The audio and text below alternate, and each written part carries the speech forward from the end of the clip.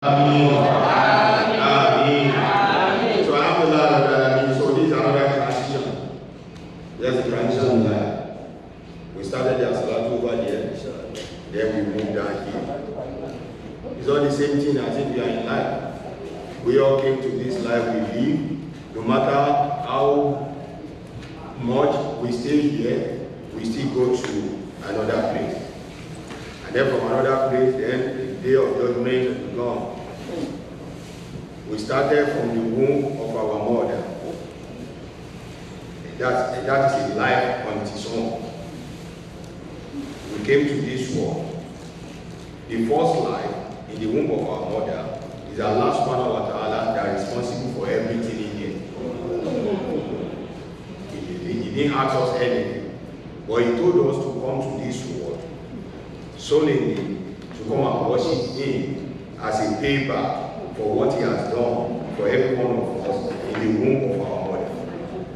So the third life or the fourth life that we go, it is here that we work for whatever that we want to meet at our third or the fourth life. We work it here. We started as last over there, then we transit down here for another program. So our mother that we are all sitting down here to pray for today, he came to this world, he lived the way he's supposed to live, and she returned back to our Creator when it is time due. And the only thing she needs from every one of us is prayer. Prayer and sadaqah. That's the only thing she needs from us now. That is why we are here. We are not doing it for her because she's no more among us. We are doing it for ourselves. As it goes along. We are doing it for ourselves. Ẹni tó ti lọ, kò sí nǹkan tó fẹ́ máa rò mọ́. Ẹ mú gèlè blue, ẹ wọ white, ẹ̀sìn kankan kò kàn mọ́. Wọ́n ní wọ́n sàṣà láti kó tó máa rojọ́ ẹni tó ti lọ. Láàrin wọn àtọ́lọ́ onìkan ló kù. When we have a gathering for Fidau or for the remembrance, we are doing it for ourselves. So the so-called person is not among us anymore. Baba Wanyo, Iya Wanyo, they are not here anymore. We are just deceiving ourselves. Baba Wale, Iyabode, Yetunde, something like that. We are just deceiving ourselves. Ìyá tó ti lọ, ó ti lọ. Bàbá tó ti lọ, ó ti lọ. Òun ti padà lọ sọ́dọ̀ Ọlọ́run wa tiẹ̀ nìyẹn. Yóò máa dúró for the judgment day. So the first life, the second life, this is the life we are in right now. The third life is the life in the grave.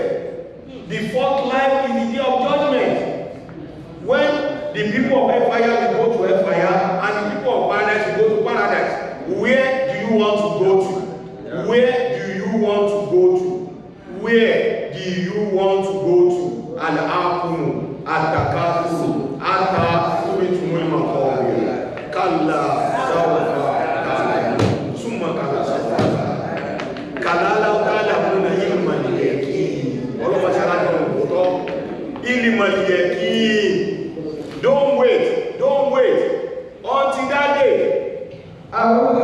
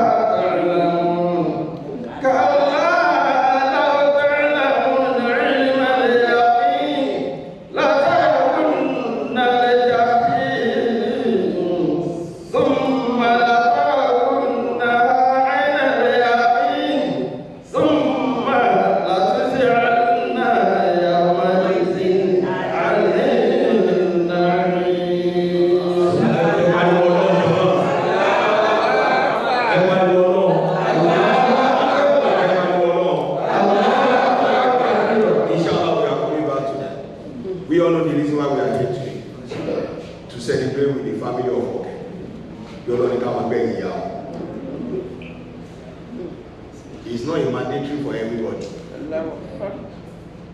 For the children to come after their parents, it could be parents to see the death of their children. It's vice versa. But if it happens that the children, the parents bury their children, they will not call people like this to have Agbeke Fidau or something like that. It's going to be a sad moment. But when it comes to the children to see the end of their parents, that's not. We might feel it that we don't want them to go, we don't want them to leave, but no matter what, they will leave. They will leave. It's better for the parents to leave than the children to live in the sight of their parents. But whichever way, we come and pray to Almighty Allah subhanahu wa ta'ala to forgive, to overlook all their shortcomings and grant them the Jannatul Firdaus. So that is the reason we are here today. We've done a lot of atikar, but no matter what, we are still going to do La ilaha illallah for the soul of our mama, Moriliat Agbeke Oke Bawa. It's from Abeokuta Bawa. Do you have any Abeokuta here? Bawa. Agbeke Oke. No Abeokuta here today. Bawa.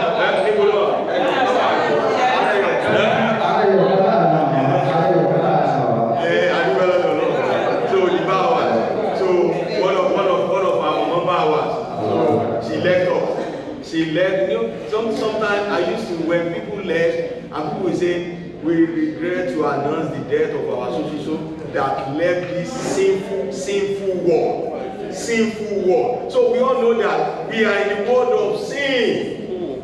Sinful world. And we are not ready to leave. We all know it's a sinful world, and we are not ready to leave.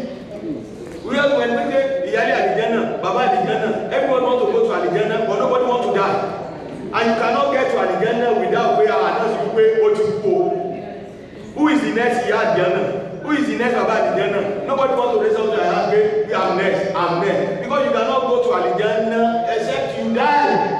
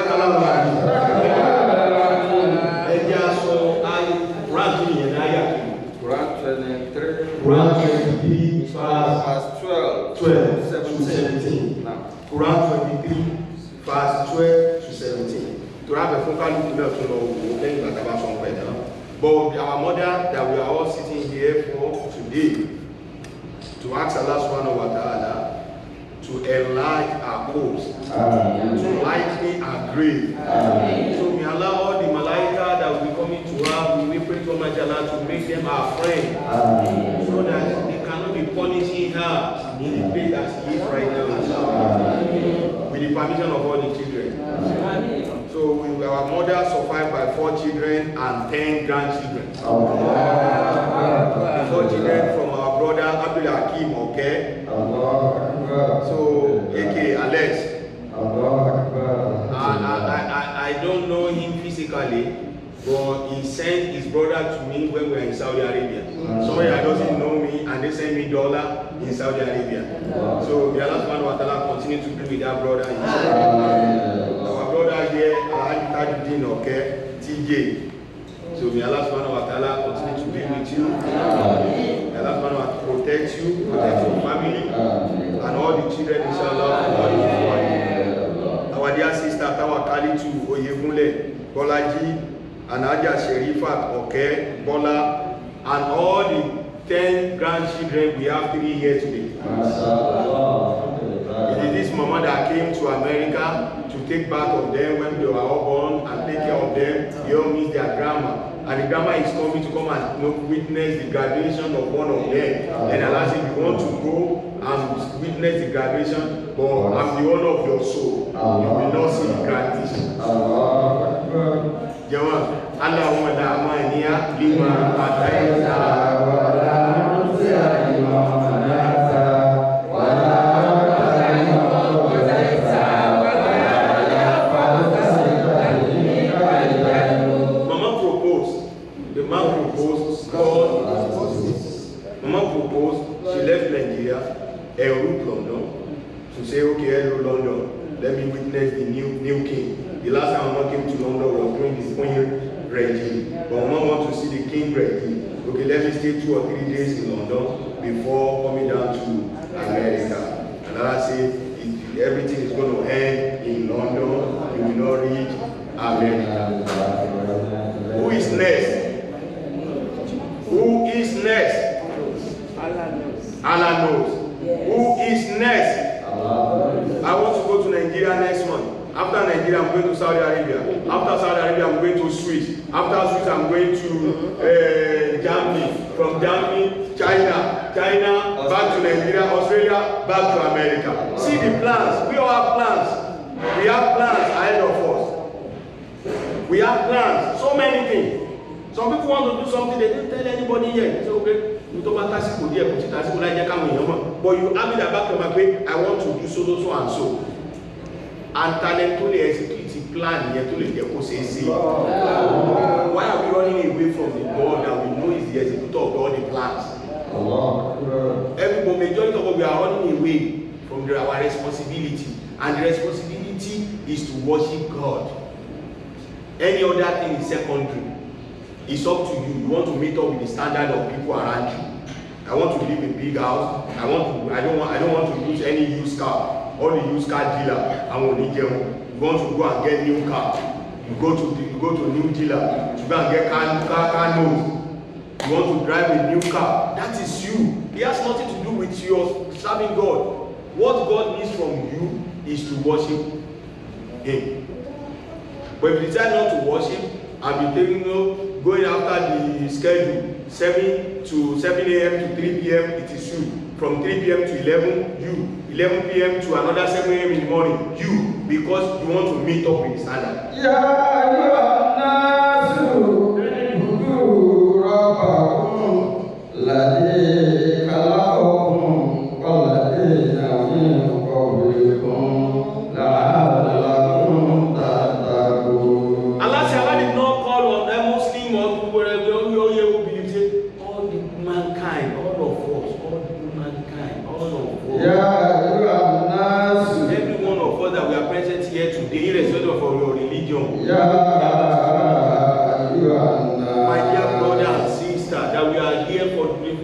To rejoice with the family of Oke.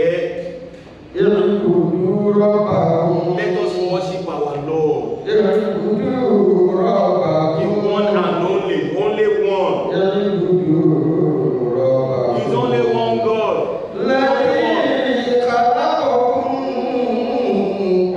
God that created you and me. He was the one that created all of us.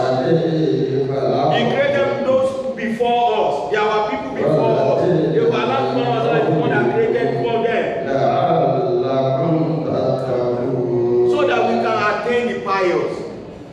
When you worship your Lord, you will have tranquility, rest of mind. Rest of mind. You know that you are serving someone up there. You will have rest of mind. But if you don't have anybody that you are worshiping, then your mind will be going scattered. You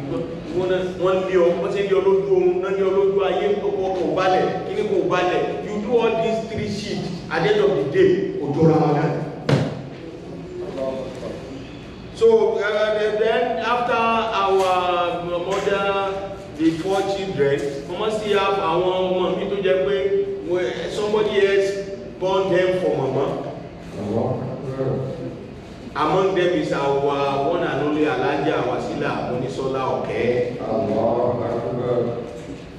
Tó bá jẹ́ pé bí alájà bó ṣe dá sí gbogbo àwọn àfáà wọn la fẹ́ mọ sí nítorí àsìkò ní àmọ́ fa kéwú táwọn náà pé wàhálà yìí ti pọ̀ jù ẹ̀ ń dá wá dúró ẹ máa fẹ́ mọ lọlé ẹ máa lọlé Òkè ìwó tó bẹ́ẹ̀ ó jù bẹ́ẹ̀ lọ. Ọlọ́wọ́ tàbí àwọn àbáwá ìmọ̀ máa gbà. Kẹ́ ẹ ṣe kó milẹ̀ kí n sì máa gbọ́ bí ẹ mọ̀ kọ́ mọ́ mi ní wàsílà ẹ̀rí bẹ́ẹ̀ ṣe kó rinlẹ̀ kí n sì máa gbọ́ bí ti bá wà. Mọ̀ pé bí táwọn anáni sì dára wọ́n mọ̀ ṣe bí ti ní Mọ́nísọ́lá ń ṣe nǹkan mi ò sí lé nítorí àti alájà yìí tí wọ́n kọ pẹ̀lú àwọn bàbá. Mo ṣe wá dá lọ́dọ̀ àwọn bàbá gbogbo adágúndọ̀ ọmọ bàbá náà ọlọ́ni kí wọ́n tó dá pẹ̀lú wa. Ẹ wá dá náà tọkọ yóò bá yọ̀ǹda yín pé kẹ́ mọ́ sí ilé nílé rí sí. Ìbálẹ̀ ń bọ́ ọmọ sáájú pé tó bá jáde tó bá lọ ibẹ̀ ni kó yà máa gbà lọ àbí káyà fún ọ káyà wà pà tí wọ́n fún ọmọ sáájú sábà tó lè tẹ́kù nílé. Ṣùgbọ́n kò bá yín sọ bẹ́ẹ̀ tẹ́ bá tilẹ̀ lọ ọkọ yín kó ké Ọlọ́run sọ yín yóò sọ yín bọ̀ àlẹ́bí ti dá Ọlọ́run ní dáa láti yí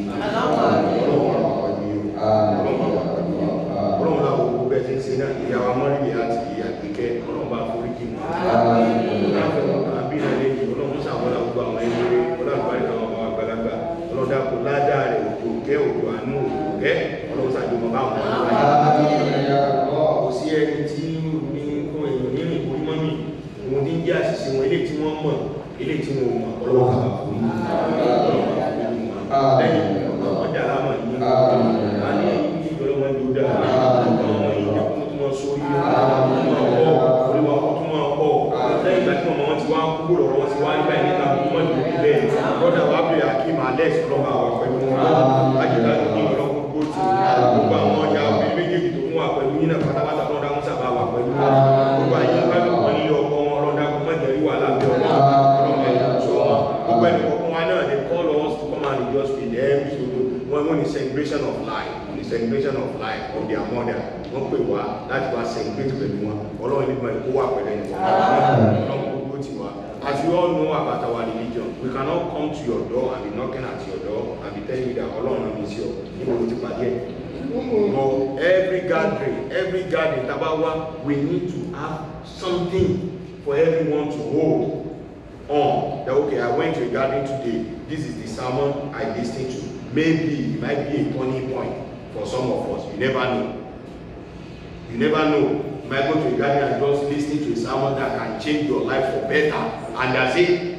Wow. So we pray to Almighty Allah subhanahu wa ta'ala, what we are going to say here today, and let me put a good turning point for every one of us, inshallah. If you are a Muslim and you did not pray, from today, start praying. If you are a Christian, but you didn't go to church, yeah, I will believe in Google here because of the offering.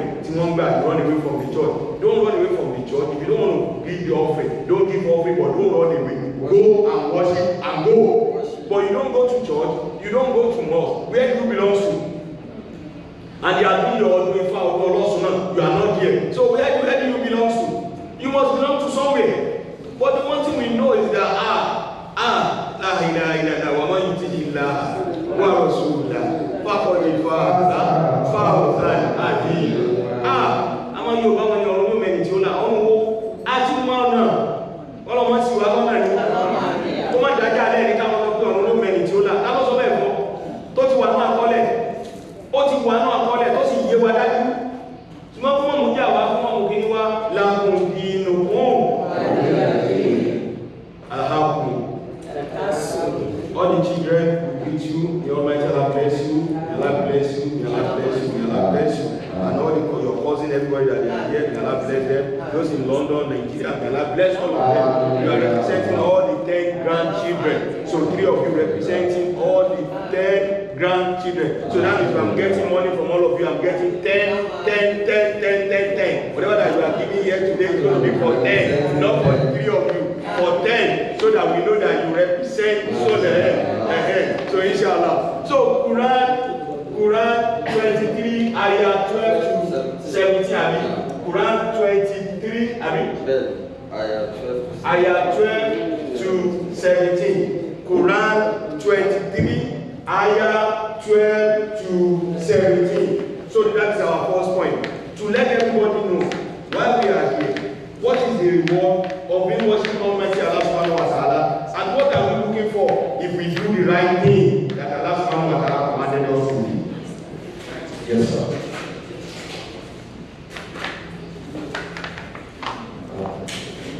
Yeah.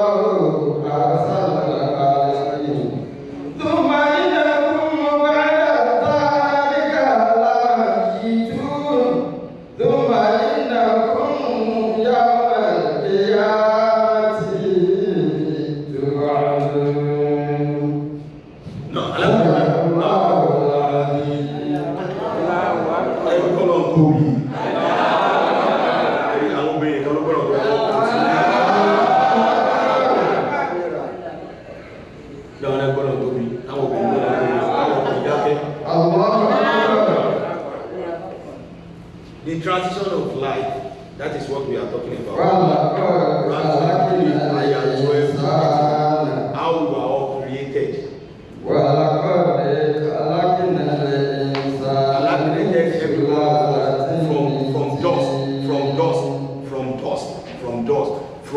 from the mere sperm, something that is irrational, with irrational odor, something that we don't want other people to see. Even if you are doing any foul play, if anything touch your couch or the bed, they just pack it.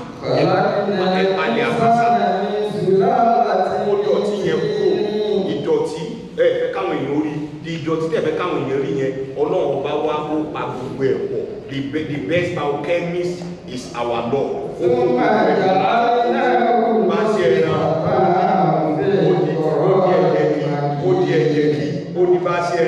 got a state. One flesh. In a proportional way. That's why we come to this world and we call people we are going to the naming ceremony in the next 7 or 8 days. And on the naming ceremony day, we call people and we give the baby to them. We give it to grandma, we give it to our auntie to carry while they are doing the naming ceremony. Supposing the eyes is not with the place where it's supposed to be, or the ear is not the normal place, we will not give it out to people to carry on the naming ceremony day. We just put them somewhere and cover the baby. Omango, Osawa, Omango, Owa. Because everything is in a proportional where it's supposed to be. We can have the baby and carry and say, Abimon, Akoma, Jade, Peru, Yahweh, Soma, Koma, Jade, Peru, Yahweh. That is a stage.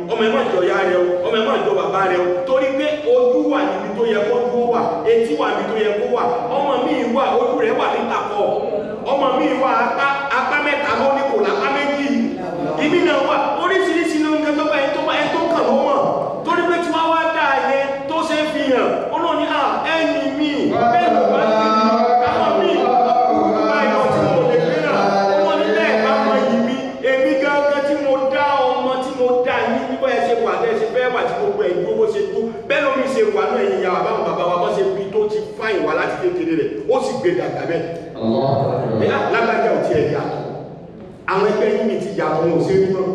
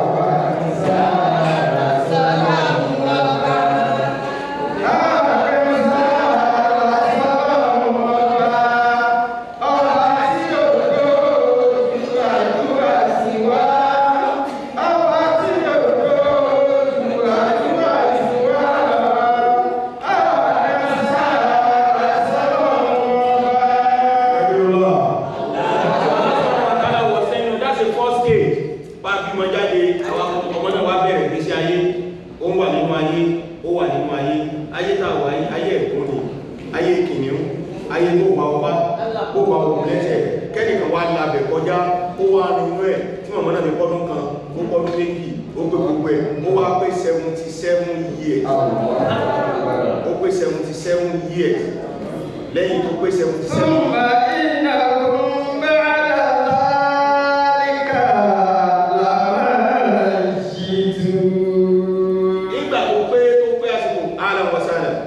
Aqui é uma gente boa. Deixa lá no cinema,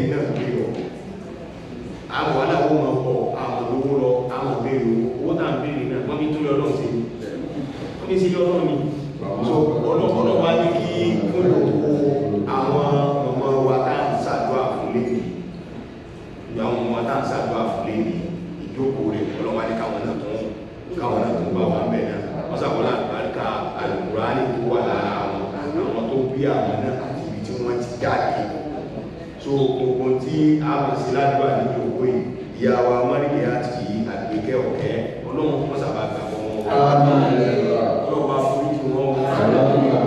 Kò sí ẹni tó lè tí ò ní kọ́lọ́fín kàbí nǹkan kan tó sí. Ṣùgbọ́n nínú àánú Ọlọ́run, nínú àánú rẹ̀, ẹni Ọlọ́run bá yọ́nú sí. Wọ́n sàwọ́lá àlùbáríkà wọn náà ní kalẹ̀.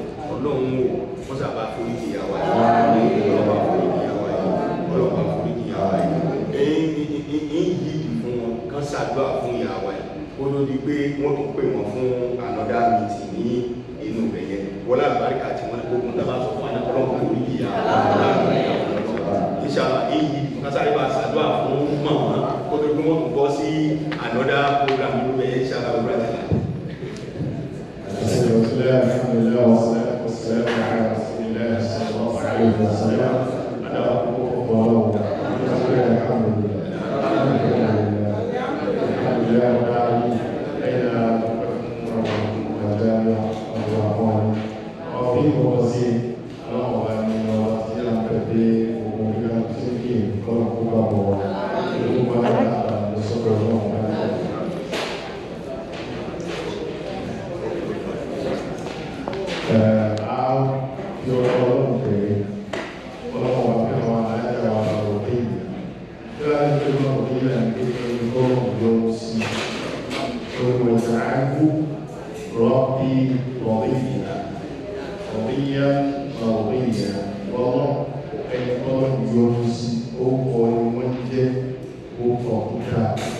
Ó kọ̀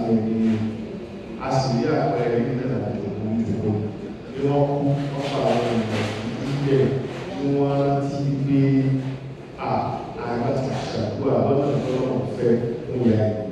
Nígbà wọn ní ẹgbẹ́ tàbí ìlú ìṣe náà, àwọn abẹ́lé yìí ní kàkà sí ìpá sí fà, afẹ́ àṣì tó fẹ́ ká sí pẹ̀lú ìwà ọlọ́wọ́ wọlé àgbàgbọ́ ẹ̀. Ó ṣe ní ọ̀pọ̀ níyà ní wọ́n sọ wọ́n tó tí wọ́n sọ wọ́n náà tí wọ́n fi ń jẹ́ bẹ́ẹ̀ tí ọ̀tọ̀ náà wọ́n dá pẹ̀lú ọ̀rọ̀ ìṣà ọlọ́run ní dáadáa ilẹ̀ tọ́lọ́run fi yọ sí wọn ọlọ́run dákun tàbá sílẹ̀ tó yọ sí sílẹ̀ tó yọ sí ọlọ́run bàbá àgbà àbọ̀ wọn ọlọ́run ọba òun náà ní ọba tí máa yọ sí ìyà tí sì máa ti kéde tí máa mú ìdúró ọba àgbà àbọ̀ sí àwọn tí wọ́n fi yẹ pàtàkì ìdí ní àti kí o mẹ́jẹ̀ kẹ́kọ̀ọ́ pàtàkì ọlọ́run náà rẹ̀ tó bẹ́ẹ̀ kankan tó àti sáré ọ̀sán àti sáré àti jẹ́nà pẹ̀lú ìyọ̀nà wọn. Ó kọ́ lẹ́nà wá jẹ́ ìwọ̀n náà wọ́n sàbá wá fi pọ̀ ìgbà wọn. Pọ̀ ìgbà wọn. Káwọn sọ ọkùn dáa, àwọn ọmọ sọjọ́ náà, ó sọ náà ní ìtumọ̀ ní ayé látara ara wọn náà òkú. Àti ní látara ọmọ wọn náà àwọn ọmọ àti ìwà wọn pàdé láti òkú ìkọ́wọ́. Káwọn bá wá fún púpọ̀ dáadáa tí wọ́n sọ àwọn ọmọ wa tó láti lọ wọn.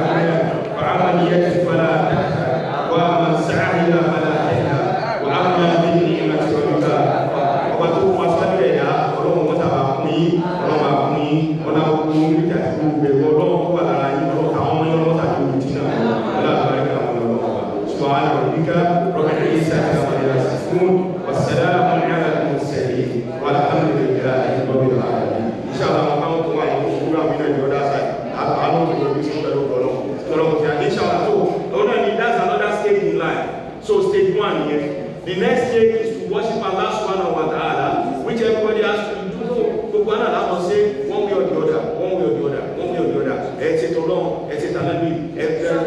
You need to support the cause of Almighty Allah subhanahu wa ta'ala. We need you for this, we need you for that. Mommy will be having paycheck, out of the paycheck, this one goes to Monday, this one will go to the apartment, this one will go to the Bible. Everybody will be going to one to the other, especially during Ramadan. People will be coming to people's house and they will be giving you the Ramadan goodies. Ramadan goodies they bring to your house. Why you want to give somebody something and then you'll be going to that people's house? Instead of you to say, okay, where are you? You come and meet us here, or you come to my house. Why do you want to come to your house? Because you want to give us something. And some people, they want to give you something and they put it on social media. They want to know how many people they give the Ramadan goodies. So they put it on social media. They I depend on your run. Social media, they put it back there. That's social media. But where found you that? Where found our last one? Where's our degree? Of Amewa.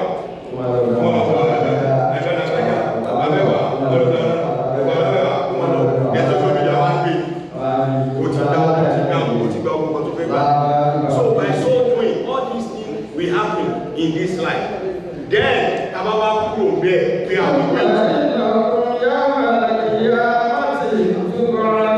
then we wait for the judgment day. We wait for the judgment day. And there's not, the judgment day is not far, it's near. When you die, your own judgment day started from here. And in Nigeria, you can be coming to Mama, so play the faith, wake up, it's time for you. To back to last Ozuri, no more Batsama, no matter last Ozuri, no grip, inside. Then these people will be coming, Mama Bama Soro, no one get your rest, one get a good companion. Need to repeat time to come waste, lying, waste, what you see or no. Then after one guy, the more you continue to see, you have to buy the channel. What is going to be our own reward? What do we put forward that if it happens today that you return to your creator, King Koto first or to that is the reason we are coming together for any Fidau, 40 day or 30 day. It's nothing. We are having daily. Mama doesn't have daily. We put money down. Mama is not going to spend the money. Nothing goes to Mama than for me and you to know where are we heading to. What is next for us? Because no matter how long we spend here, we will return back to our creator. We are all going back. Oh, yes. We are all going back. When? How? Where? We don't know. But we must know. We must have it at the back of our mind that we are going back to our creator. Go one out.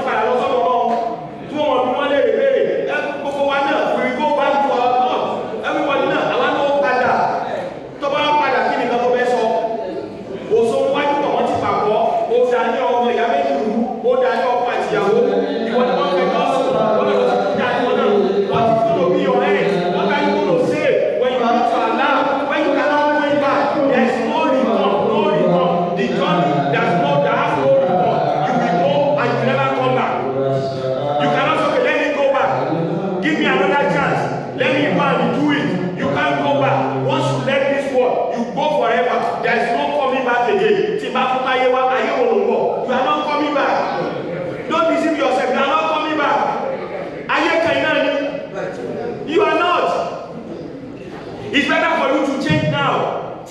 It's better for you to change now. What else are you looking for? What else? It's better to change now. Don't say tomorrow I will change tomorrow. Who guarantee you tomorrow? The tomorrow doesn't belong to anybody but to Allah.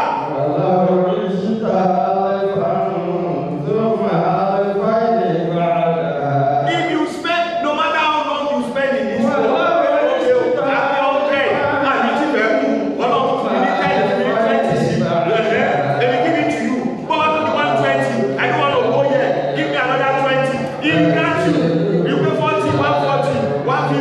at the end of the day, everything I know by you.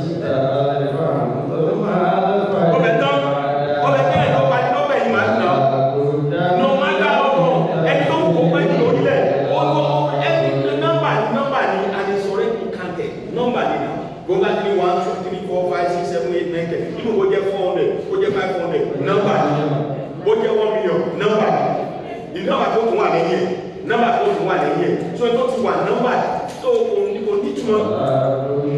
Tó bá jẹ́ wípé wọ́n bìyàn léèrè ni, tó bá bí ájá bí àkíní àbájíta yìí léèrè pé ṣé kí mọ̀mọ́ yín kó sì tún kó sí náà ni bí kó tó náà ni kó mọ̀ tí lọ́nà ni. Àbí bí kó ló mọ̀ tí lọ́nà ni náà. Àbí àti 77 lè gbọ́dọ̀ bàjú.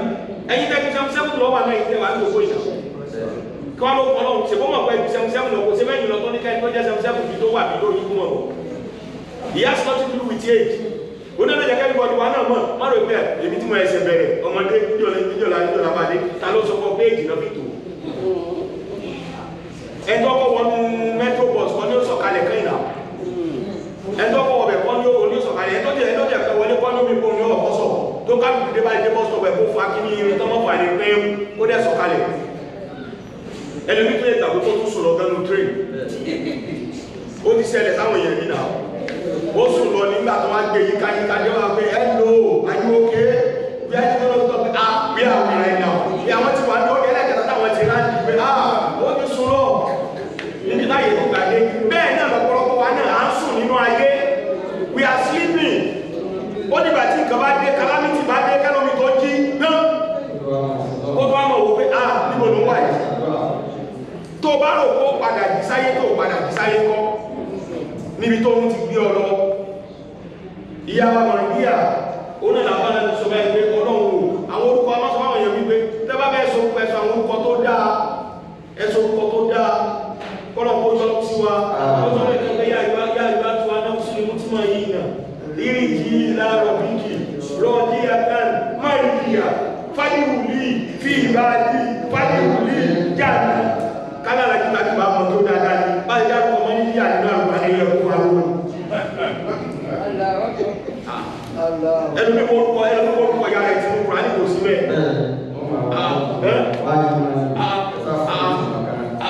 àdàkùn ní ìtumọ̀ kan tí ilé ó sì rújú ilé ó rújú Moriliat ó wà mẹ́ inú àdùkùrá ní lọ́dí àtà Moriliat àtà fáyíwùlí fi ìgbà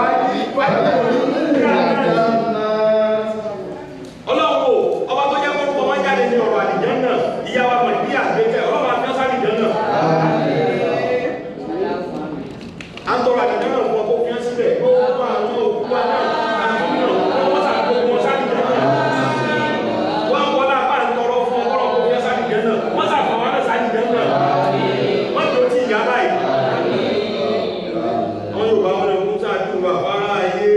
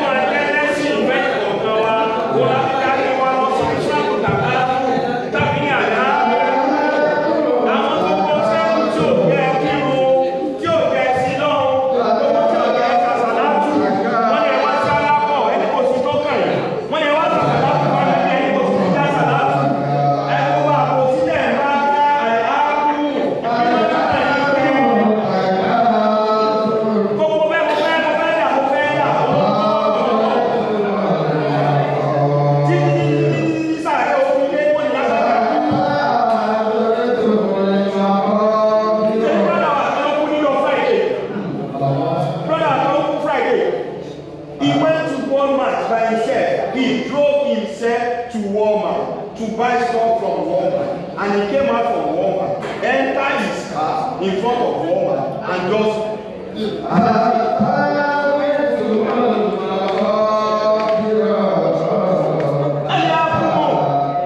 this one is a deceived one.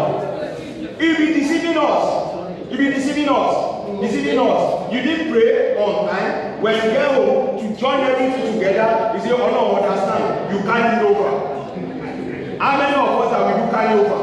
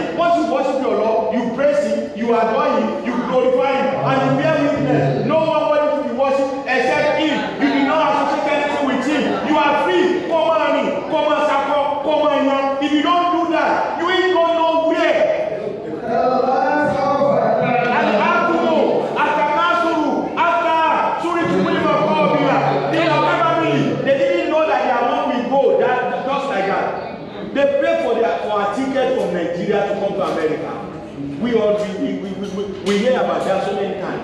They pay for a ticket to come to America and route London. So àwọn ọmọ tó ti bí àyẹ tí wọ́n fẹ́ kí àwọn kú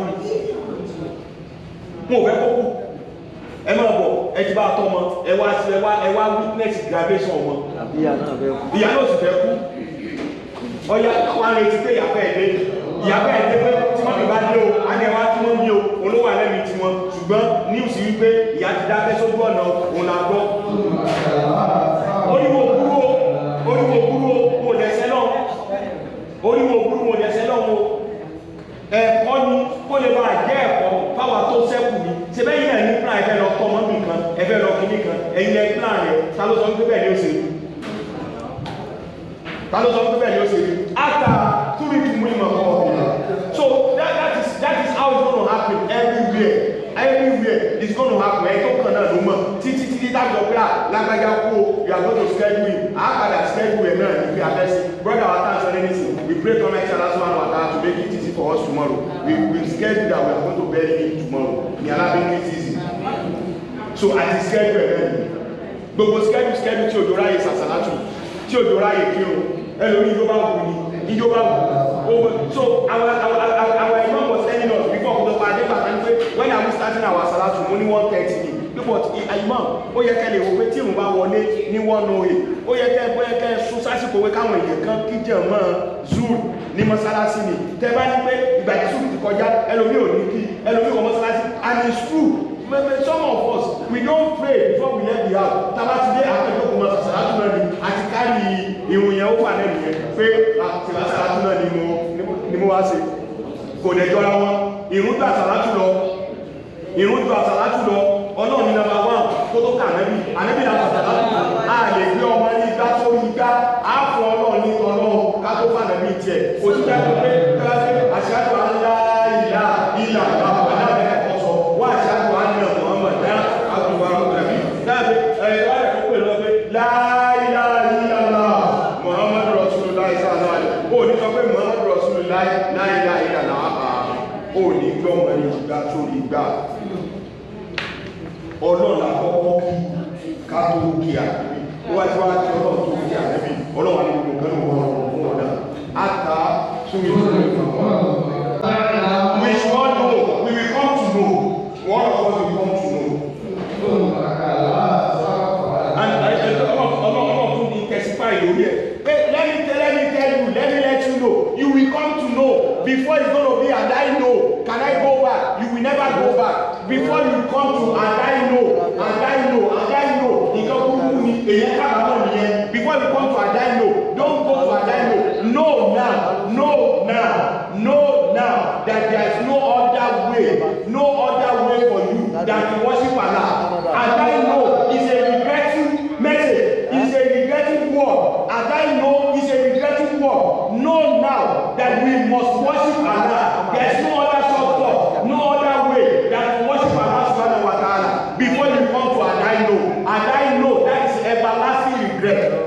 and you will not go back. There's no going back. You cannot go back. Once you return to Allah subhanahu wa ta'ala, then you will face your judgment. You will not, there's no second chance. Again, padà lọ lé kí lọ tún ṣe, ó tún kankan ṣe o. Then you will see, you will see Allah. Mo dẹ̀ sọ fún yín o, mo dẹ̀ wá dẹ̀ wọ́n mi o, a dẹ̀ sọ fún yín o, ẹ sí náà o, a dẹ̀ sọ fún pé báyìí náà ẹ bá sí náà o, ìwọ́n tó gbà ní o, ẹ tó bá kọ̀ tó bá lọ́wọ́ sí náà ìwọ́n tó gbà ní o. Kí wọ́n ní yẹ kí ni àwọn àrídájú, àwọn ọ̀rọ̀ tó dájú, òun náà ní onímọ̀ sí wípé ẹjọ́ àwọn alájà ìjọba tẹ́kì àwọn ọ̀rọ̀ kan wà nípa ní gbogbo ẹ̀yẹ bá tẹ́kì àwọn bẹ̀rẹ̀ bá tẹ́kì àwọn bẹ̀rẹ̀ inshallah àmì lásìkò tó wà inshallah. Ọlọ́run dákun ni wọ́n jẹ́ àwọn ọmọ ẹ̀jẹ̀ iná o. Kò sí kékeré náà o. Kò sí kékeré náà ọlọ́mọ ṣe àwọn ọmọ náà o. Ó dùn sọ báyìí o. Àlámà mi ẹlẹ́dẹ̀ tún sọ o. Kéyìn ó ṣiṣẹ́ rẹ̀ ní o. Kéyìn ó ṣiṣẹ́ rẹ̀ ní o.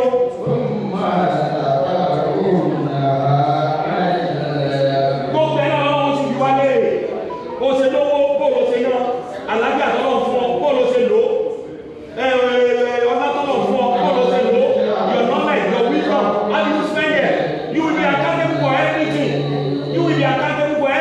You go to work, you pay for 8 hours. Did you do 8 hours?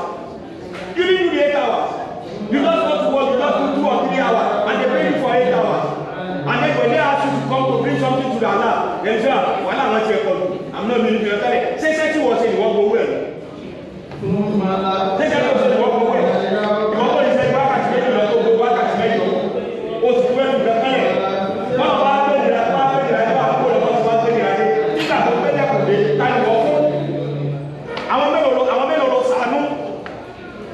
àwọn mélòó ló sàánú tèmi tó sọ pé kò mọ̀rọ̀ sọ lè jẹ fún ìwọ́n mọ̀rọ̀ sọ ó mọ̀ nígbà sí kọ́nà tó bẹ̀ẹ̀ jẹ́ èyí wọ́n ẹ̀rẹ́ ti ẹ̀dọ́dọ̀ náà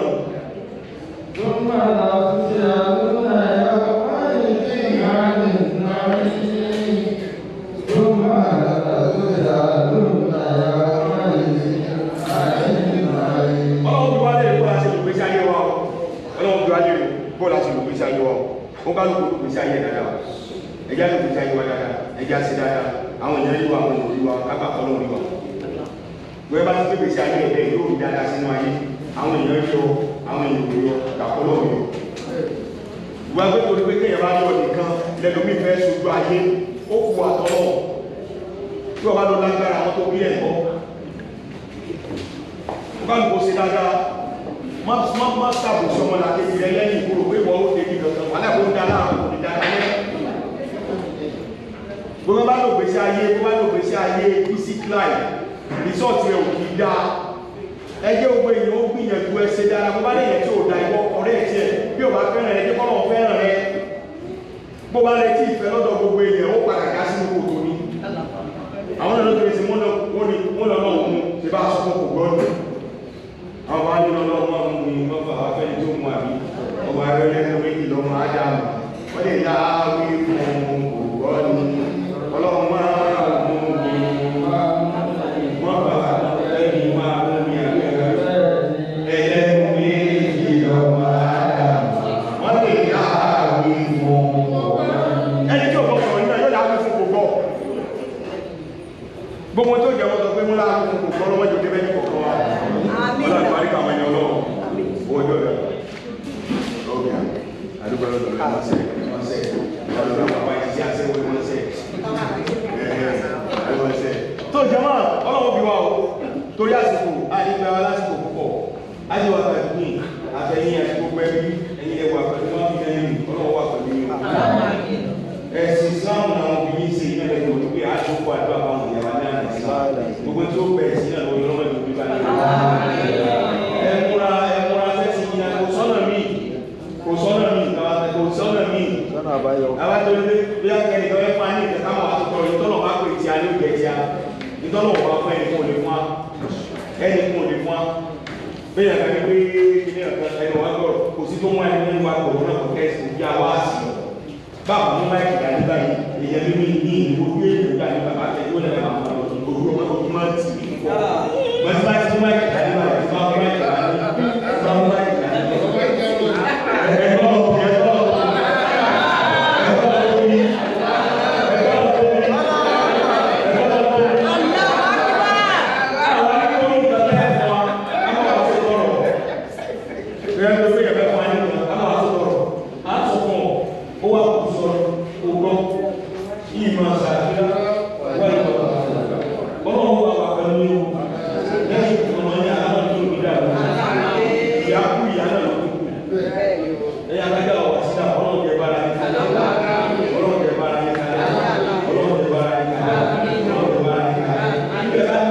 èèyàn bí ìyàwó ọlọ́run ló wà bẹ́ẹ̀.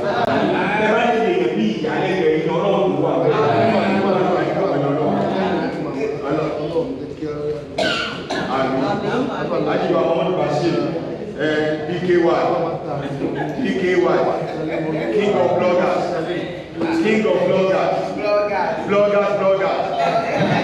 BKY. Àwọn ọmọ ọlọ́dẹ sọ yìí, Lord we pray for you. God bless you. God bless you.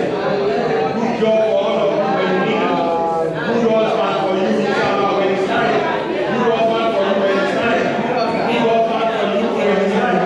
So BKY, the king of bloggers, is giving money down. Pray for the family of Oke. The one has lost in his life. The last one was Anna. Pay you back in multiple. For being with the family too. The last one was Allah continue to be with you.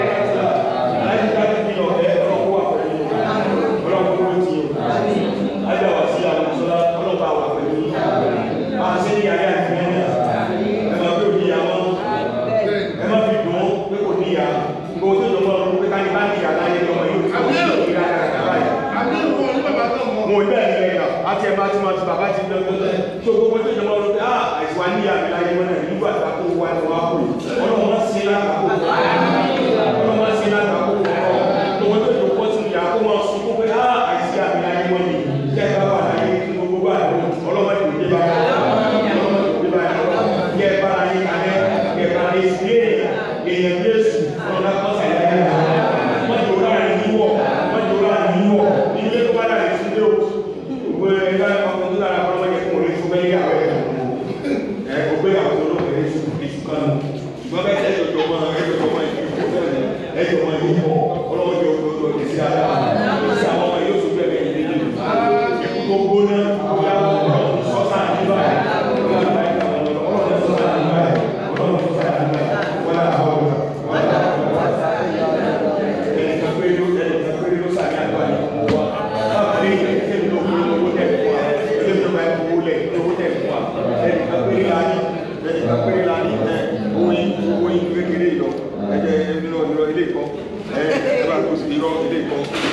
Bolówó yóò dá ẹgbọ́dẹ̀ yọjú síta ẹ̀ẹ́dà ní ìgbà tó kọ̀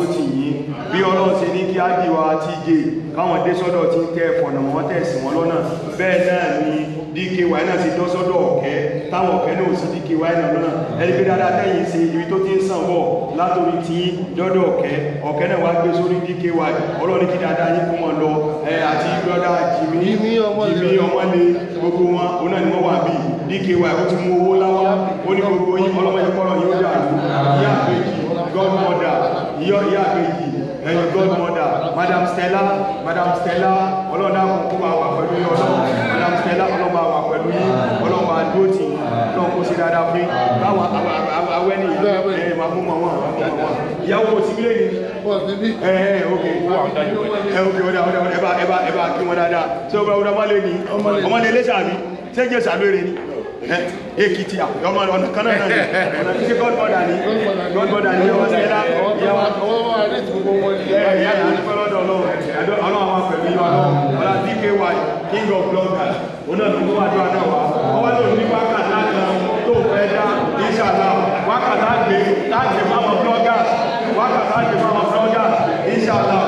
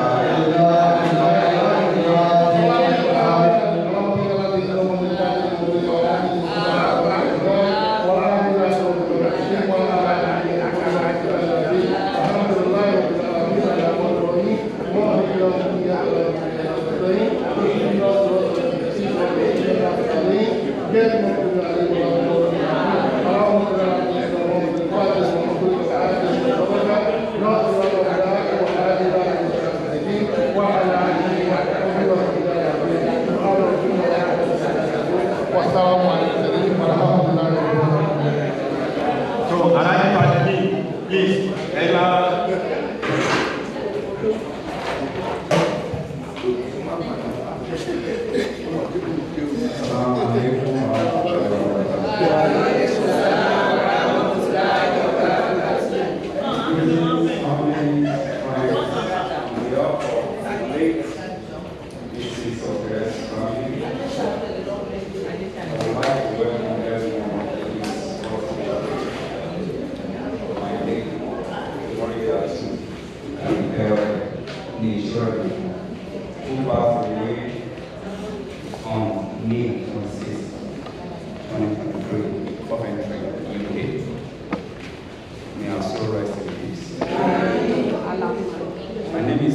Oke, aka TJ. I'm the second son of my late mother. My wife is also here with us. Monisola was there. And my three beautiful children, Miriam, Adijat, and Zainab.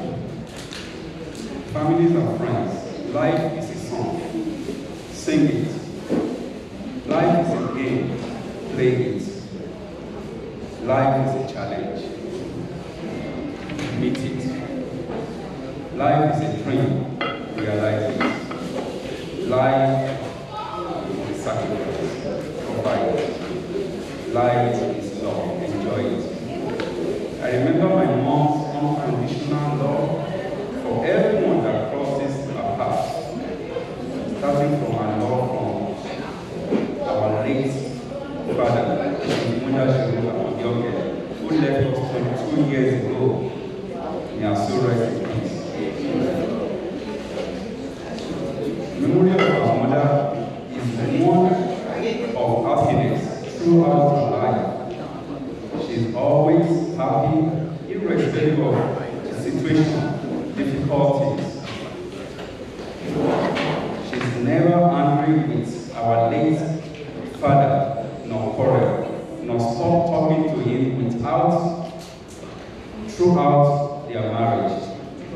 I know I was there. It's hard to believe, but that's who she was. And my wife can testify to that during our time with us. We've been together for quite some time, so. For our 4 children, we cannot say mom loves one of us more than the other.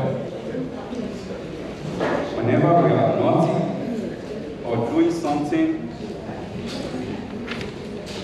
wrong, she tells us off. But because of our love, she's the same person that makes sure that we receive less punishment from our Father. Furthermore, she loves her siblings the same way she loves us. Unfortunately, she lost her mother at a very early age. Hence, she was responsible to look after her siblings. She never leaves them. Her siblings live with us till their marriage age. You can never tell the difference between the way she treated her siblings and her children. Never. Because of her love, kindness, and generosity, several extended family members and our friends were accepted into our home. All our siblings live in our house till their marriage age.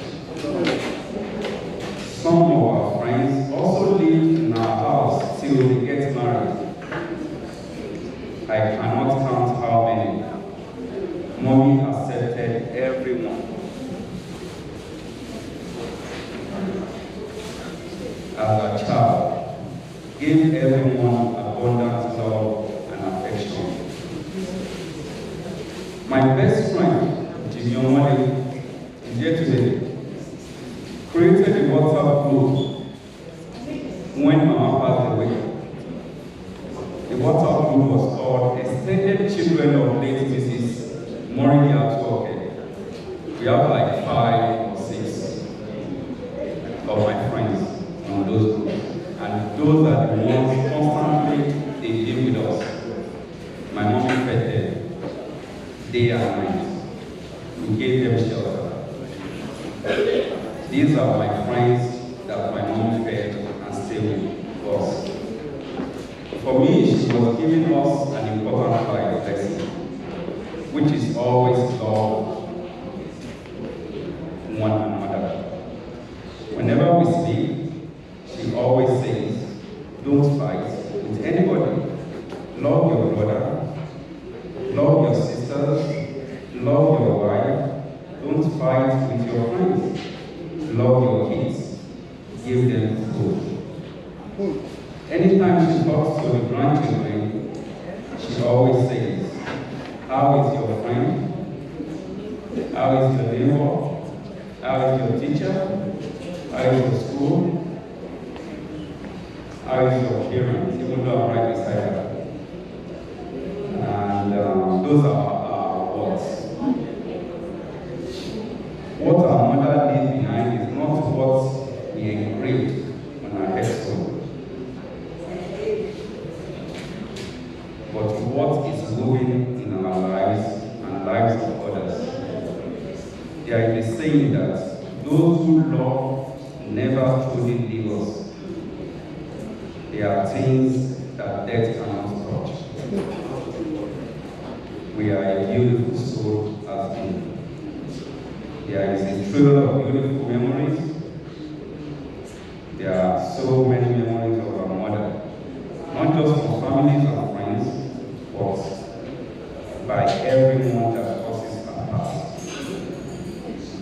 Our mommy has gone to rest in peace. She has gone to rest in a peaceful place. For us, life is meant to be lived. So get out, live it. All you have to do is look around you to find beautiful in life. Today, we honor a beautiful life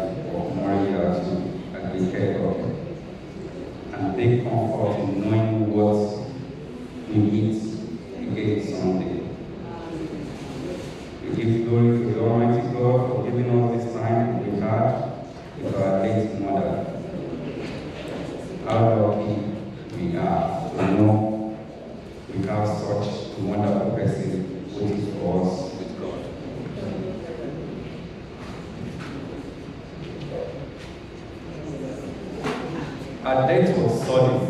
It was very, very sudden.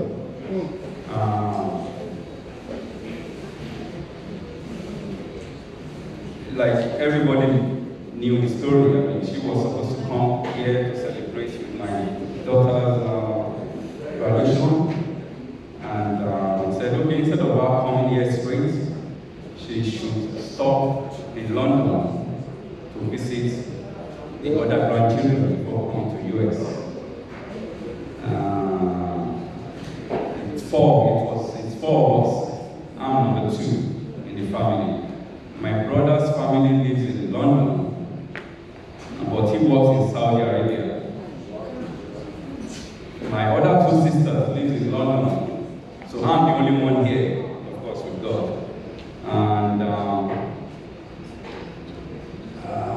as God might have it, she got to London successfully, and a few weeks later, less than 2 weeks, the incident happened and she was rushed to the hospital. The following day, she passed away in the hospital.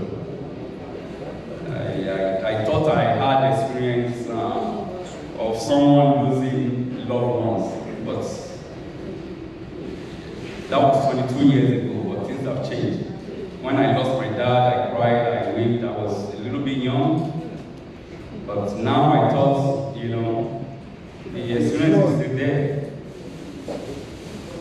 But it wasn't. It was tough.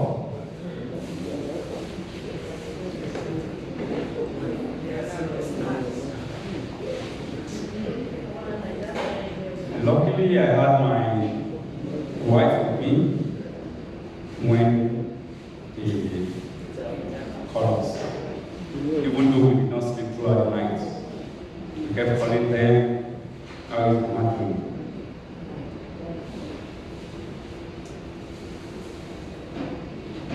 So they called us. I cried like a baby. I couldn't believe it.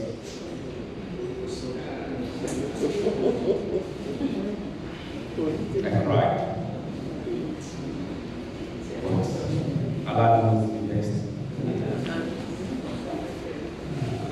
Mama said, I'm going to end my life where the majority carry the vote. She has all 3 children in London. She said, I'm going to end my life here. After seeing 2 of the grandchildren she hasn't met, but she ended up seeing them before she passed away. So invariably she saw all her grandchildren before she passed away.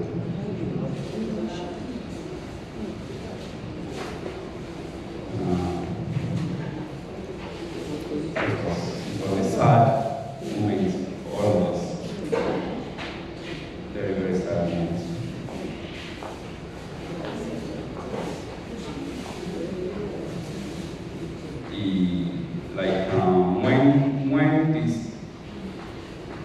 While I was crying, she came and of course, she was crying. It was so funny, so we went back to each other. Luckily, we have Alpha Jami and my big brother, Dawoyala. Also my friend, Jimmy Omani. Before I knew it, less than 10 minutes, I was like, how do they know? Who called them? And she just shook her head like, you know, they were all there in my house. Thank God for the word of encouragement that Alaji Jami gave me that day. I would have, I thought I was a man then, you know, so, but I wasn't. But I can't do that. My God Almighty, guide us towards gratitude for this life well lived. Mrs. Moriliat Agbeke Oke, may our gentle, generous, kind, loving soul rest in peace. Amen. Thank you all for coming.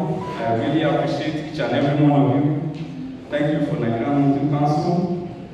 You've been there for us. I believe we have also been there for you guys. So I believe it's vice versa. Thank you, everybody. I would like to, I believe my friend, my best friend wants to say something.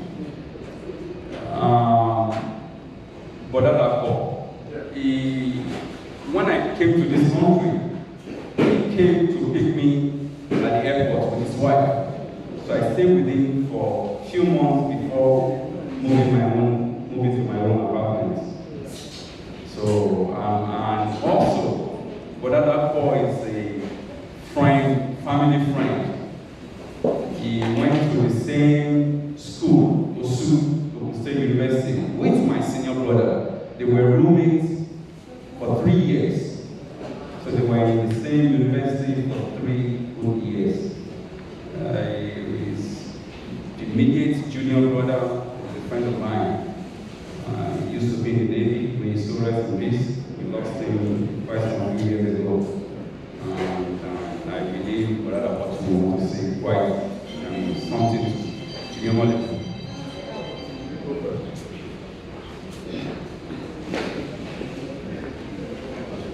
Hello everybody. I really am not good at public speaking, but I had to come forward today. Let me start with how it was growing up in TJ's house. TJ and I are not in any way related. We were neighbors. How we ended up in his house, God knows, but his mother and father accepted us. TJ's dad was very quiet. He was a very gentle man. He planned his life and had 4 kids, but in his house, there were like 8 of us. And I'm not talking about little guys, I'm talking about some of us that look like dogs and very tall people. But this man will come back from work and see children that were his in his living room, and we will say hello to him and he will go into his own private area. It was just the fact that somebody that only planned and had 4 children is now responsible for maybe 4 or 5 more. It was we're bringing our own friends over. Like Faith and me were my friends. They lived with her too. Mommy took care of us like our own children. Nobody could tell that we're not her children. And like I said, the dad also accepted us. So it's not just his mom, his parents were fantastic people. Now, as we've heard about him staying with Bodadapo when he arrived, TJ and his wife invited me to the United States. TJ called me when I was coming and he said, "Do you have enough money?" I said I did. He said, "I'm still going to give you this just to hold in case." When I arrived in the United States, TJ gave me a car. This man will come to my house to take the car to go and service it and bring it back to me. The reason I'm saying how nice this man is because he has gotten that from his parents. And his children will enjoy all of these blessings also. Thank you so much.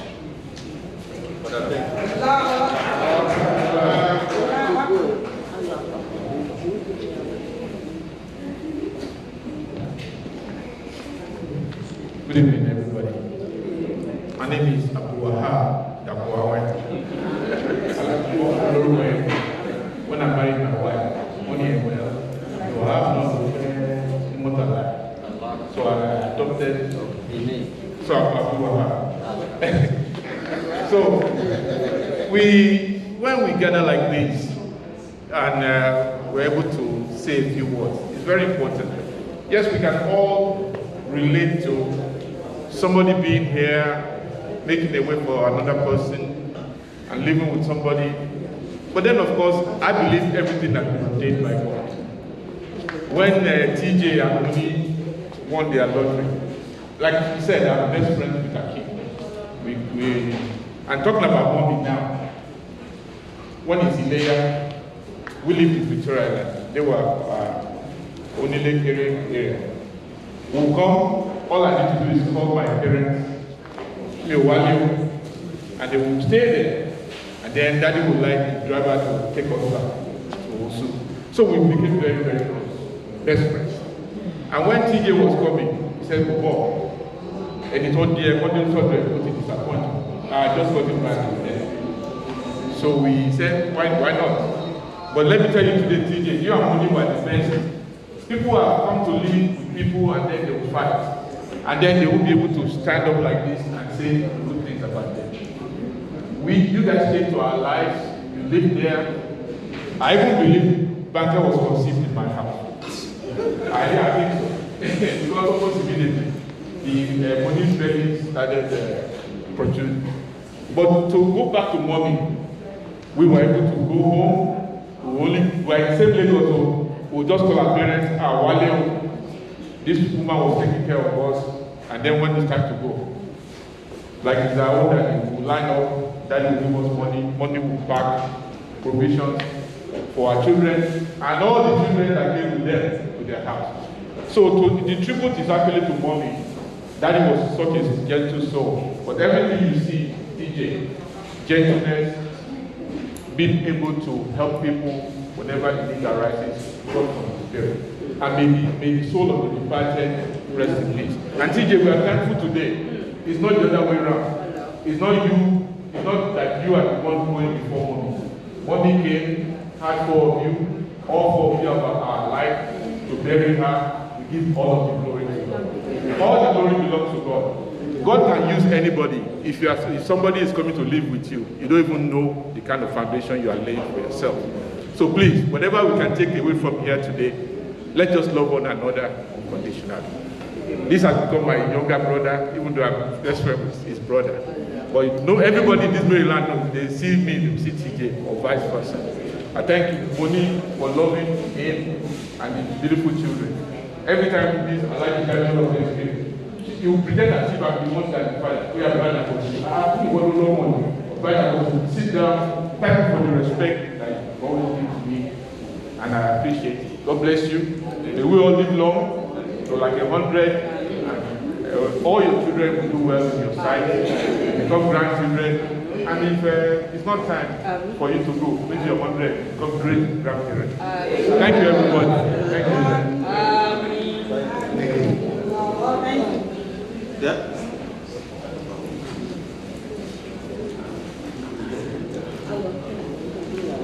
Any announcement for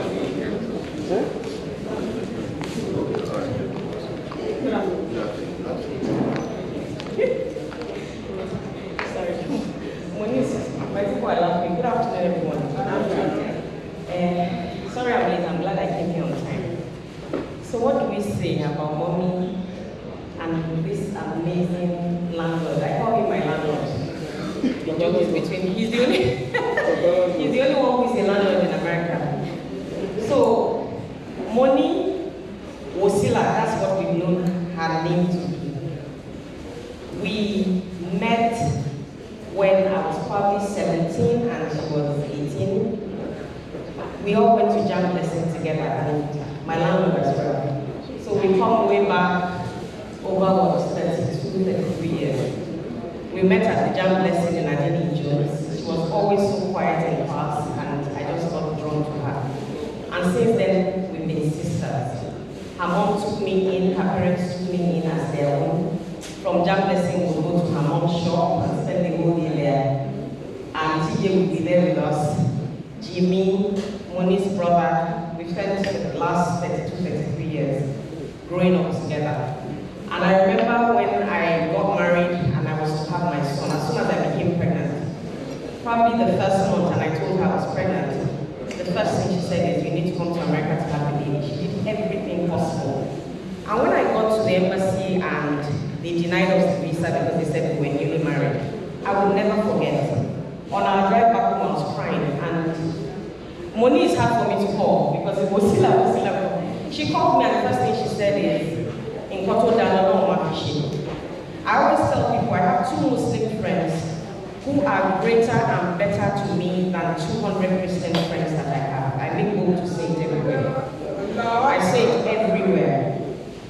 I have 2 Muslim friends. She's one of them, the other one is in Nigeria. And that day she just said, and you know, she's always been like this. In fact, now she talks more. When we were younger, she never spoke a word. She just sits down and goes. She's a bit more, you know, and She just said, and I was like, the year after, I forced my husband to apply for the green card lottery. And we won the lottery. And when I called her, she said, she was so like, visa come for me in because eventually, my son, my husband, and I got green cards. It would just have been my son who was in the US. And from then on till we processed it, herself and TJ were calling every day, do this, do that, do it this way. When we got into the US, when I was coming, it was a given. My son and I lived in her house for like 9 months or 10 months. And you would not have known that. I can't describe it. Today I think old to see. This back then, Zena wasn't even born. And we lived there. In fact, last night my son was saying, she had 2 girls and then my son. Both of them would go out. If they shop for their girls, they would buy the male version of whatever they bought for their daughters, for my son. When he's sick, she would be awake all night. She will call me and say, I grew up by Monica, she will be known as a Christian. Monica, Monica, but me, she will pray over it, give him a bath. I want to thank you. And when TJ's mom had to come to the US, the job I was doing was flexible, so I spent a lot of time in the house with her. And for me, it was my payback time for what they had done. When I bought my car, every morning my landlord would go in the morning to heat up my car and warm the seat up for my son. When it's winter, he would take a blanket and cover it at night. Every morning on failing, he would heat up my car. I can't tell you 1 million things that this family has done. When their mom came, extremely quiet, beautiful, loving woman. I want to thank you. I want to thank you because you are the true child of your mother and your father, and you exhibited these qualities. Monisola, I want to also thank you. These two have been together since secondary school. They met in secondary school, dated all not sure, whatever. Primary school, yes, and they've been coming like that. I always tell them their brothers and sisters. But he's my landlord.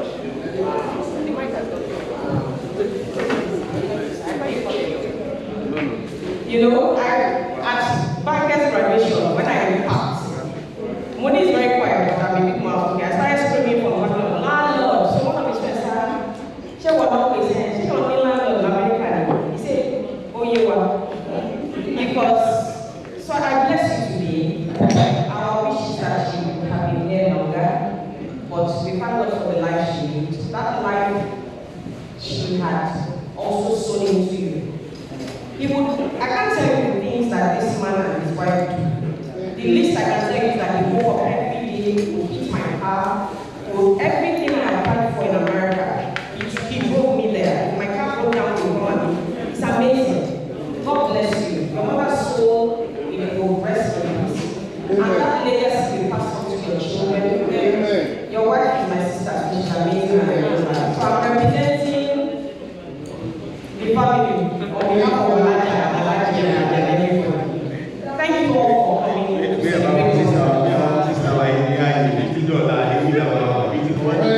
Thank you too much. So inshallah, so ẹ̀yẹ́ ní sùúrù, ẹ̀yẹ́ ní sùúrù, ẹ̀yẹ́ ní bẹ́ sọ̀rọ̀ ẹ̀ má wọ̀rẹ̀ sí sọ̀rọ̀, ẹ̀yẹ́ má wọ̀rẹ̀, adáwọn tó fẹ́ káàṣì flight, so láwọn fẹ́ lọ ẹ̀ má wọ̀rẹ̀ ọya, láti pẹ̀ yí sẹ́gbọ́.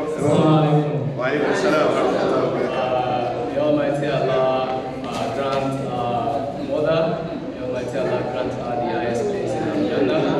The Almighty Allah be with the children. Everybody has attested to the good life that man lived. The Almighty Allah look upon the virtue of all good deeds. Have mercy on us. In a nutshell, I think it's a different atmosphere. So we just want to say thank you, Jazakumullahu khairan, to the entire community. We've been here since the Friday from National Council of Nigerian Muslim Organization, the umbrella body representing all Nigerian Muslim organizations in the United States. Ẹjẹ́ já farabalẹ̀ tó tọ̀lọ́, ẹjọ́ tó lọ́lọ́, ẹjá farabalẹ̀. ṣe tán ká gbàdúrà ká lọ kírun inshallah. The hospitality has been amazing, right from the time we stepped into these premises, from the imam to the president, Agbeke Oke, and many other people working behind the scenes. We've seen all of the chapters affiliated with SNMO, and those that are not even yet chapter. And a lot of discussions are taking place. Like you all know, the big thing happening is a platform that's coming in December. We're going to see everybody.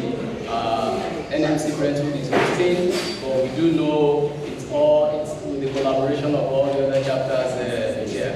So we'll leave the rest of the message with the leadership. At the appropriate time, they will be passing down the messages. But we just want to say a very big thank you for having us. We will relate the message back to the leadership that you guys are amazing.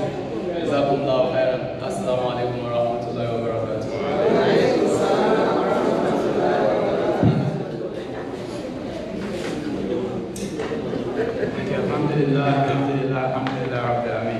Thank you very much, Honorable Secretary General. As he has said, we are from the National Council of Nigerian Muslim Organizations. He is the Secretary General, I'm the Secretary of the BOT. We are meeting you in this environment where we are making special dua for our mother. I join in all these duas that have been said. May Allah overlook all our shortcomings. May Allah admit her to paradise. And all of us here also, Moriliat Agbeke Oke. We pray for the family. May God be with all of you. All the good things they have been saying about you, may Allah accept it for all. So we look forward to seeing you all in platform in December. Platform is right here. It's the biggest program, the biggest gathering of Nigerian Muslims in this country. We look forward to seeing you all, having a nice time. Thank you very much. Assalamu alaikum.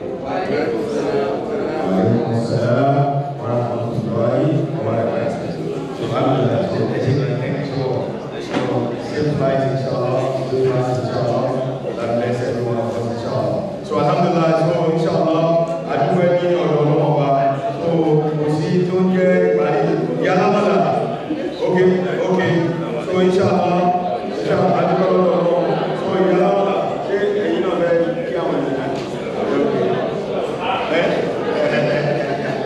So Alhaja Wasila, wọ́n láwọn dúpẹ́ lọ́wọ́ gbogbo everybody for coming, especially the Nigerian Muslim Council, mothers, sisters, so Alhaja Wasila say thank you. So call me Amala Queen. Amala Queen is here. She wants to say something about the family, inshallah.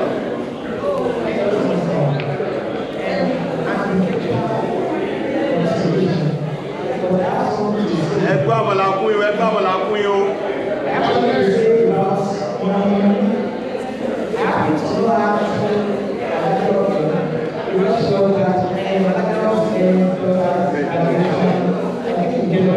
Amaki aṣọ ẹ̀ wọ́n ti lọ, amaki aṣọ ti lọ.